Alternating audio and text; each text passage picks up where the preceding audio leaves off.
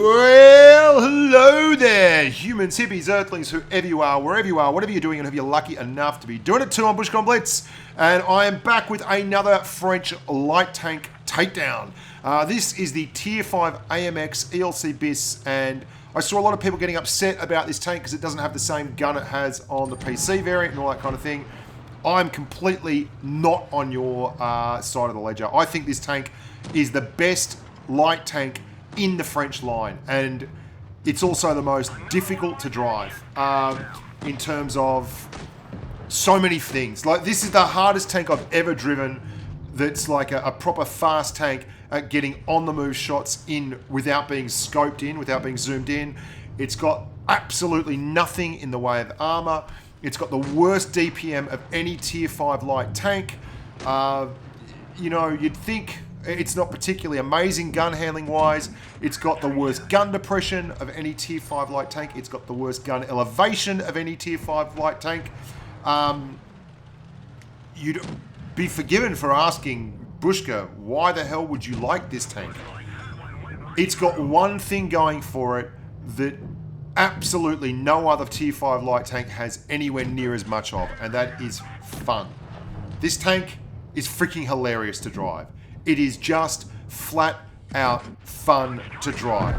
It is the most ridiculously fast, low to the ground, super high camo rating tank that I've ever had the pleasure of loading up and rolling. And I was lucky enough, you can see that I'm with Juju, Scumbag Juju from the Purple Clan.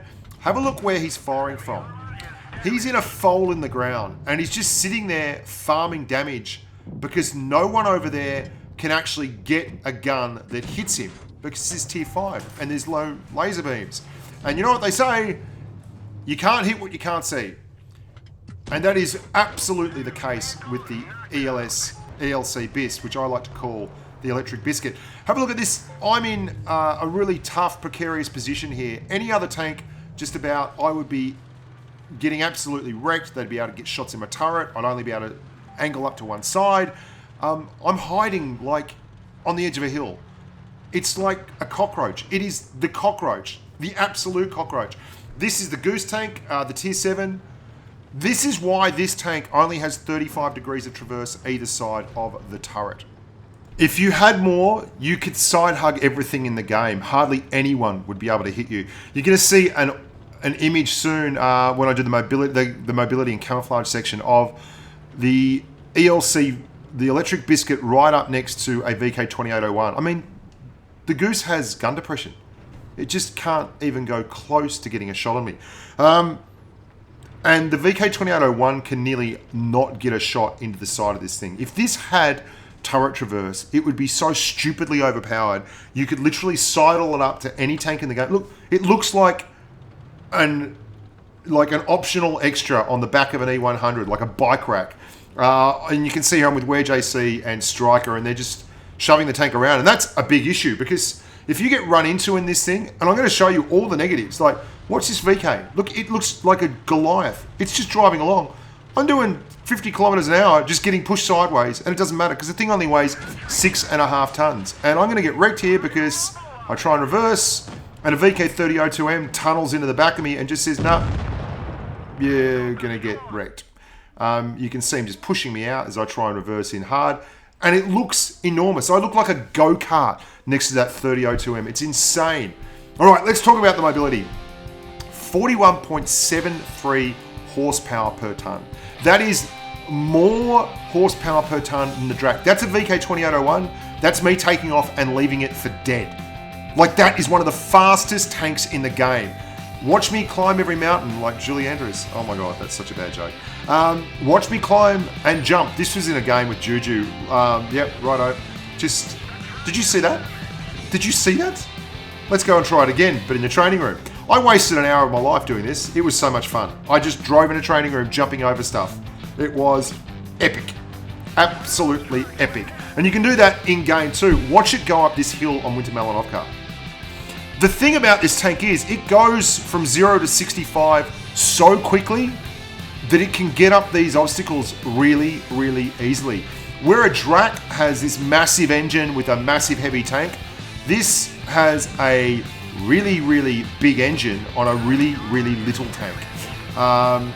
And that means that you've got not just a horsepower to weight ratio that's off the charts, like the Leopard, the VK1602 Leopard has a 30.61 horsepower per ton. The Chaffee is 22.44. This one has 41.73 horsepower per ton, and it's got great terrain resistance stats. So you can make it do crazy, crazy things and play it very, very loose. Now we get to the really cool part. Because I'm behind a bit of brush, I can hit that guy at like 180 meters and not get spotted. That's the VK2801. It's about to pop on screen at 209 meters of JC wear. That's all kitted out. Proper VK, not a pretend stock VK or something. Watch where the freaking electric biscuit pops up. Are you ready? It could get in a bed right next to you and you wouldn't see it. There it is. 170 meters away. It is 39 meters closer than the VK2801. And it can do that at 65 kilometers an hour. Look at how big the VK is compared to this tank. It can hide in folds in the ground. And this is my whole point with this tank. It is just fun. You get to go really, really quickly. You get to do crazy big airs. You get to be scouting. You get to do all these nutso things. Watch, this is I'm just going to relocate. Look at it going up hills. Like, this is the thing. If you're ever getting chased by someone, take them up a hill, because nothing climbs a hill like this. This thing absolutely terrorizes up hills. And you're going to see also how careful I am at firing on the move on when it's really serious in this tank. You should really zoom in because it's incredibly tough to do. You don't have the turret traverse. You only have 35 degrees either side. So you've got to do this kind of weird thing where you square them off and then turn around behind them before you hit them again. And it means it's very, very tough. And then watch, this is just so, this tank. Really, really tough to COD, but really, really quick. So I got around and then I get another shot in. And then you've got no gun depression, so you've got to back it up and you miss that shot because your gun depression is horrific. You've got 5 degrees of gun depression and only 13 degrees of gun elevation. And it's one of the reasons why I don't think this tank is going to be any good whatsoever for beginners. And it's one of the reasons why you've got to think outside the box. So what I do is I get on the ramp and reverse up so that I can actually get shots off without having to climb over the front of that hill and get absolutely wrecked because I have no armor. Watch how slow the shell velocity is on this Crusader's howitzer. I can see that thing coming a mile away. It's just fun. It is just so much fun. Watch this game.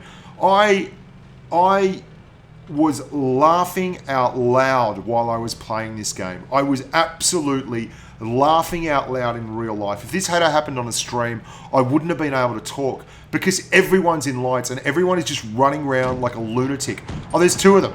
No worries. Let's just drive side by side and smash each other. And there's some more lights. And everyone's just running around, throwing leather and being absolutely loose. And I really didn't care too much about the winning and all that. I just wanted to drive it like a Dodgem car. And that's exactly what I did. I drove this thing in this game like a Dodgem car, laughed my butt off, and had a good time. Is it overpowered? Well, no, I don't think it's overpowered. For a normal player, this is really, really tough. This tank has too many issues, like the 35 degrees of turret traverse make it awkward as all hell. The complete lack of gun depression make it awkward as all hell. Look, I can't get that shot on that M4 without turning towards him. So you've got to get used to that. The pickup on it is insane. Like, hello? Watch how quickly I get to 50 kilometers an hour here, okay? From 0, going over a block and straight down the other side, and suddenly you're at 50, and then you're at 60, and then the next thing you know, you're at 65, and it just gets there so freaking quickly, and then gets away again and just leaves. But it's awkward. I mean, you've got no armor, you've got no gun traverse, you've got no gun elevation, you've got no gun depression. You're basically just a really, really fast cockroach with a tiny little turret on it.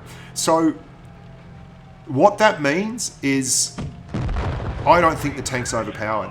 It could be really, really overpowered in the hands of a good driver. And if you played in platoon with someone like I did with Juju, then you're going to find out that 2 of these things can absolutely wreak merry havoc. Because they're so quick, and you can completely dominate the battlefield mobility-wise. You can spot everyone because you've got the best camo on the battlefield. You can outrun everyone if you know, given the right set of circumstances. You can just keep using that mobility to manufacture shots and to get out and move, and eventually it catches up with you. But what do you want to do? Like, it's not a normal tank. It's unique. It's absolutely unique. And you probably know from experience, if you've watched any of my videos before, I like unique. I like it a whole hell of a lot. I think we get such a silly amount of vanilla in the game because it's hard to come up with 250 truly individual tanks, but this thing's individual. It's crazy cool. I cannot highly recommend it enough if you're looking for a different experience in World of Tanks Blitz. It's just fun. That's all there is to it. It's just fun. And if you're looking for fun, then get the electric Biscuit.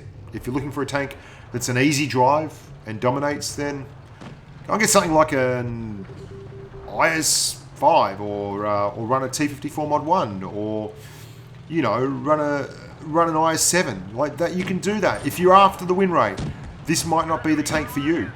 If you are after a tank that can just flat out go like the clappers, then this is probably going to be the tank for you.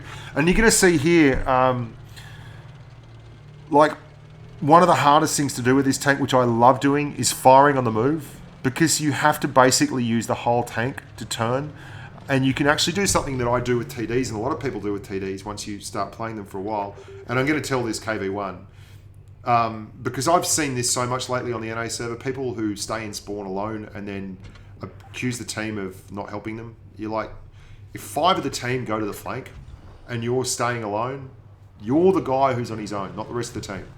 Anyway, I'm not having a go at him because that's just, I'm just letting him know. Well, I'm not abusing him or anything like that.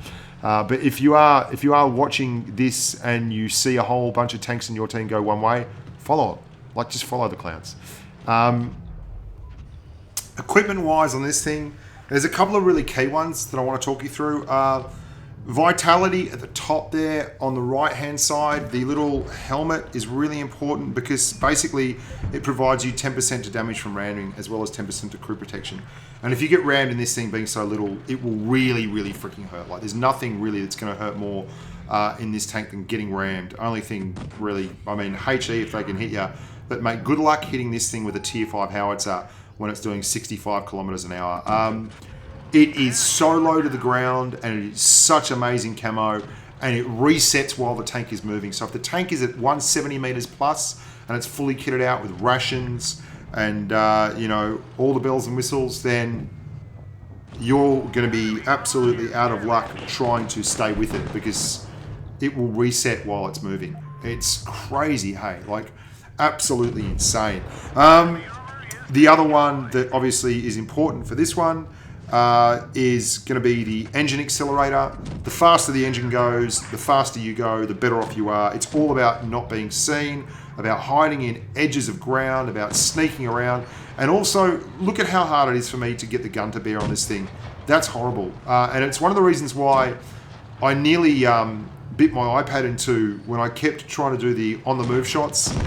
Even running vertical stabilizer, it's just very, very tough to get shots in this tank. And quite often you have to do what I'm doing here, which is just drive away and reset the whole engagement, because if you don't, and there's the gun depression again, I've got to really work to get the shot.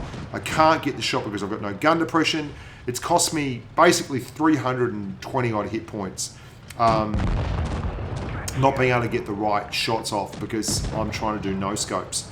And you really need to pay attention to that and just ditch your no scope, no zoom thing, and make sure you quickly zoom in and zoom out when you're firing, or you're going to muck it up. You're going to really suffer for it. The penetration on the tank is not that great. It's not as bad as other light tanks. Like, it's better than the Leopard's pop gun, and it's better than the Chaffee. It's not quite as good as the Crusader, which has that massive 90 Alpha 1916 damage per minute gun, but obviously has to spend a lot of time on target for it and doesn't have the speed or the camo of this tank.